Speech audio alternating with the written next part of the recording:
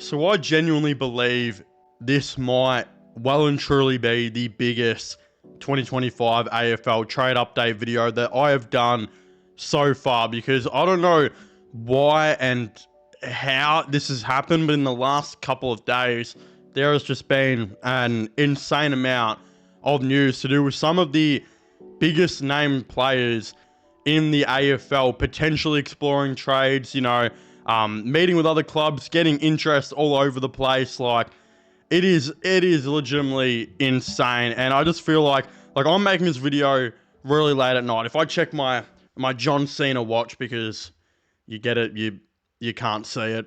It is extremely late at night. So I just felt like I had the need and urge to be able to make this video, because again, I could be doing so many other different things right now. I just got finished done, rewatching Moneyball for the 18th millionth time, and I could have moved on and, watched in the Ballad Danger to finish the night off or whatever, but instead, I'm making this video because there is way too much to talk about right now, and I feel like I should just start off with the biggest one. The one that has really come out in the last couple of days, that has just been everywhere. Like, if you guys haven't heard about this right now, you've either got, extremely bad internet, like you're with Optus, or you're just living under a rock. I don't really know, but there's a lot going on right now with Christian Petracca and potentially him being traded. Like, as we know from what the reports are saying, it is being suggested now that not only is Christian Petracca yet again reopened to a trade move, but Melbourne now are actually open to making this happen as well. And because he's another year in his contract, this should be a little bit easier to, of course, get down. But there's a ton of reports here. Like, I don't even know where to legitimately start. But there's one here that is saying that Christian Petracca is open to moving to a non-Victorian club, namely Gold Coast, one of the South Australian clubs, or one of the Sydney clubs. The first one here is, obviously Melbourne and Christian Petracca are open to a move. These are both being reported by Tom Morris. He goes on to say, very delicately and cautiously, things are beginning to move with Christian Petracca. Both parties would be open to a trade, but neither wants to be seen as demanding a breakup. Petracca is not as adamant as he was in 2024, and the Demons still value him highly. Definitely still a close watch. This post literally shows a picture of Carl from San Andreas walking to the MCG saying, "Ah, shit, here we go again." And look, I couldn't have described this any better with a meme if I tried myself. So whoever made that deserves $1 million or a night with Sydney Sweeney. I don't know which one you'd value higher, but shit, that's what they deserve for making that meme. But of course, there is still so much stuff coming out on this. Tom Morris, yet again, he's popping off on all the news, saying that Christian Petracca's preference was to play for Hawthorn, but before the club turned its attention to Zach Merrett. And Josh Money, straight up coming out here on 7AFL, saying that could Alex Neale-Bullen get Petracca to Adelaide, suggesting that the Adelaide Football Club would actually be a very, very big interested team in Petracca, and definitely a team that could honestly make this happen. Now, look, with the other stuff of Tom Morris saying that he was kind of really wanting to get to Hawthorn, that doesn't surprise me at all. I actually think, realistically, for what Petracca wants to achieve and what it was reported last year that Petracca wanted to do, Hawthorn would actually be the best team for that. And what I mean by that is, from what we were hearing last year, it's not the main priority for Christian Petracca to actually go to a team that is necessarily contending. Instead, there were a lot of reports going around last year that one of the main reasons Petracca actually maybe wanted to leave Melbourne was because of his social media and his, overall persona building so much outside of the football world, on Instagram with his cooking page, on TikTok with his cooking page, etc., that he actually wanted to build a better brand for himself and go to a bigger market team like a Collingwood, who he was really interested in going to last year. or another Big Four Victorian club, which it was suggested last year that he was, of course, looking at.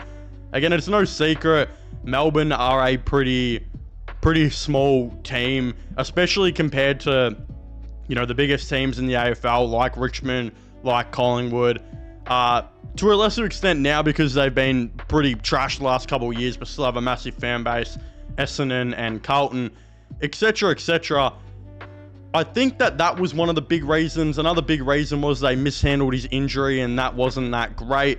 But it does seem like now, like, maybe he is just willing to go to a contending team, because Adelaide's name has been thrown around a couple times by Tom Morris and now Josh Money as well. And when you actually kind of think about it, Adelaide would low-key be a perfect team for him to go to. I genuinely believe that when you watch Adelaide in the finals, they desperately need another inside midfielder to come to this team. And you could make the argument, though, because I've said it on the channel before, that I don't think Petracca is really that great of an inside midfielder, or at least, you know, in the last year. And by saying he's not that great of an inside midfielder, I don't mean overall in his career. I mean within the last year. Let's not get that too twisted.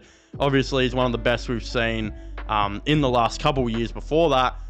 But the thing with Petracca is that why I don't think he was actually that good for Melbourne was he was still coming back from the injuries, and there were just a lot of, I think, issues. Melbourne not being that good. Petracca looking a little bit checked out as well.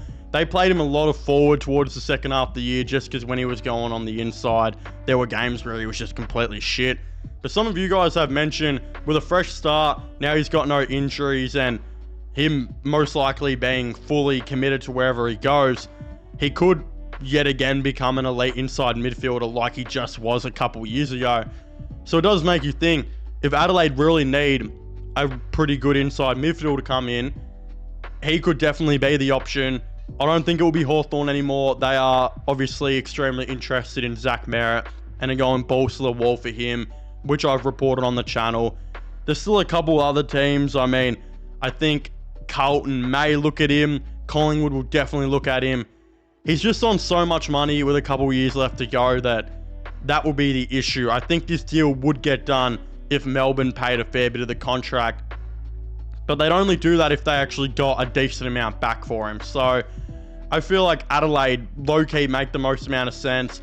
They're not the biggest team in the competition, but I'm pretty sure they're still a decent size bigger than what Melbourne are.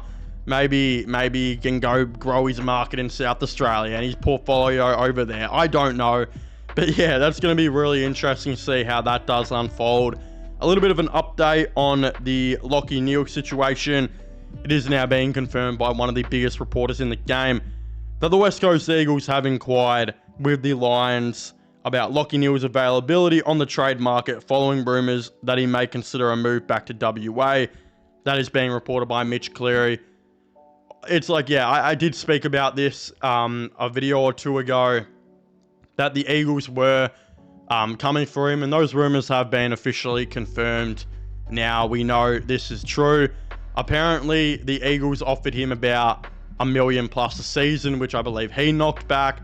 I don't think Brisbane are really too interested in this at all, so we'll have to see where this goes. But obviously, if they want to get Lachie Neale, they're going to have to offer up one of the bigger contracts in the AFL, which is risky for a guy in his 30s now. And they're going to have to offer up a very, very good pick to make this happen, because he's still one of the best players in the competition. So that's interesting. That's the little update that we've got with that. The Melbourne Demons, you know, maybe looking to lose Petracca, but Mitch Cleary is saying the Demons have come for Brody Mihocek in a big way, and they are also coming very hard. They're also coming very hard for Sam Flanders. Both of them being reported by Mitch Cleary. Now, look, I don't know how the Sam Flanders one happens. I've spoken about that on the channel. I think they will probably end up getting a first-round pick out of Petracca, and those situations will happen. But they don't have a first this year. I don't think Gold Coast would be interested in a first next year. It's also like, do Gold Coast, if they are going to trade Sam Flanders, because he has basically requested a trade at this point, let's be honest here. The issue with that is, though, he may be requesting a trade, but that's because he's going to try and get more money out, and he wants to play a bigger role in the midfield. Gold Coast, this is one of the few situations where a player requests a trade, though, that I have a feeling the team could actually say no here, because I think Gold Coast know Flanders is legitimately really, really happy at the Suns right now. And the reality is you're only requesting a trade because of those two things that I just mentioned. Realistically, the Suns have him contracted, and if they know he's happy there, they don't really have to move him. And that's why I think this is going to be a very weird and sticky situation. Not just that, if you request a trade to a team like Melbourne, who don't have the greatest trade assets, that could also really break down the talks. But if he does request a trade to a team like St Kilda, who have a little bit more and a little bit better assets, maybe it could get brought up again. So we'll have to see how that does unfold. The Demons one with Brody Mihocek, though, it had been reported that Mihocek's 1-year deal had been offered and upgraded to 2 by Collingwood. North are still offering 3 years. I think Melbourne are going to offer 3 years now. And it will be something for him to think about, because it is another guaranteed year, and it's probably going to be on a lot more money to play for one of these two teams. So that's definitely going to be something that he's going to have to think about. And again, I don't think it's going to happen. I think he's probably going to save Collingwood. It's a massive ask for a guy to leave arguably the biggest team in the game, who, you know, I think can help you post-footy. You might not get as much money and as much years with them now, but the fan base and the media support that you get now should help you long-term. And it helps, you know, the whole entire social media side of things with the Collingwood fans. It's a lot higher than what it is with Melbourne and North Melbourne. So we'll have to see how that one does unfold. But yeah, Jai Simpkin as well, according to Mitch Cleary and Xander Maguire, Jai Simpkin is exploring options. Another captain that could potentially be moving on. I wasn't lying when I was saying there are some big name players in this video. Mitch Cleary saying the management of North Melbourne captain Jai Simpkin has started sounding out clubs to gauge interest in the contracted midfielder. Xander Maguire. Simpkin has discussed his frustrations with being played out of position with those around him. With 4 years left on a deal believed to be worth up to an average of $1 million a year, clubs will have to make a significant sacrifice to land the roof skipper. Yeah, this is not happening because Jai Simpkin is not worth anywhere near $1 million a year. But the reality is we got to remember this guy actually only a couple years ago was one of the more elite inside midfielders in the game, and he got signed to that deal for a good reason. The only issue is that for some reason they really kind of felt the need to have all these younger midfielders come in who weren't too much younger, and continue to draft midfielders like Finn O'Sullivan when they had a guy right there in Simpkin. And now they've been playing Simpkin as a high half forward for like 2 years, and he hasn't been very good in the position at all. I don't think he's been good, and there have been times where he's like, you could watch this guy and be like, shit, this guy could nearly be dropped. He's playing that bad. Like, I am not a fan of Jai Simpkin's forward game at all. I don't think he's that good when he plays forward, but his midfield game is really good. He just hasn't had any continuity in there, and when he does rotate into the midfield, there's no continuity, there's no spark. He just knows he's going to go down forward again, which he's stinking it up. It's just not working. So I don't know where he could go. I actually think Essendon would be a really good option to look at him. Oddly enough, I haven't mentioned this team as a club that could go for many players along the line, but in terms of him not being a major contested guy, but he's more of a ball-winning midfielder. When he was in the midfield, he was a pretty quick guy too. I don't know if if that is still a part of his game, especially with all these injuries.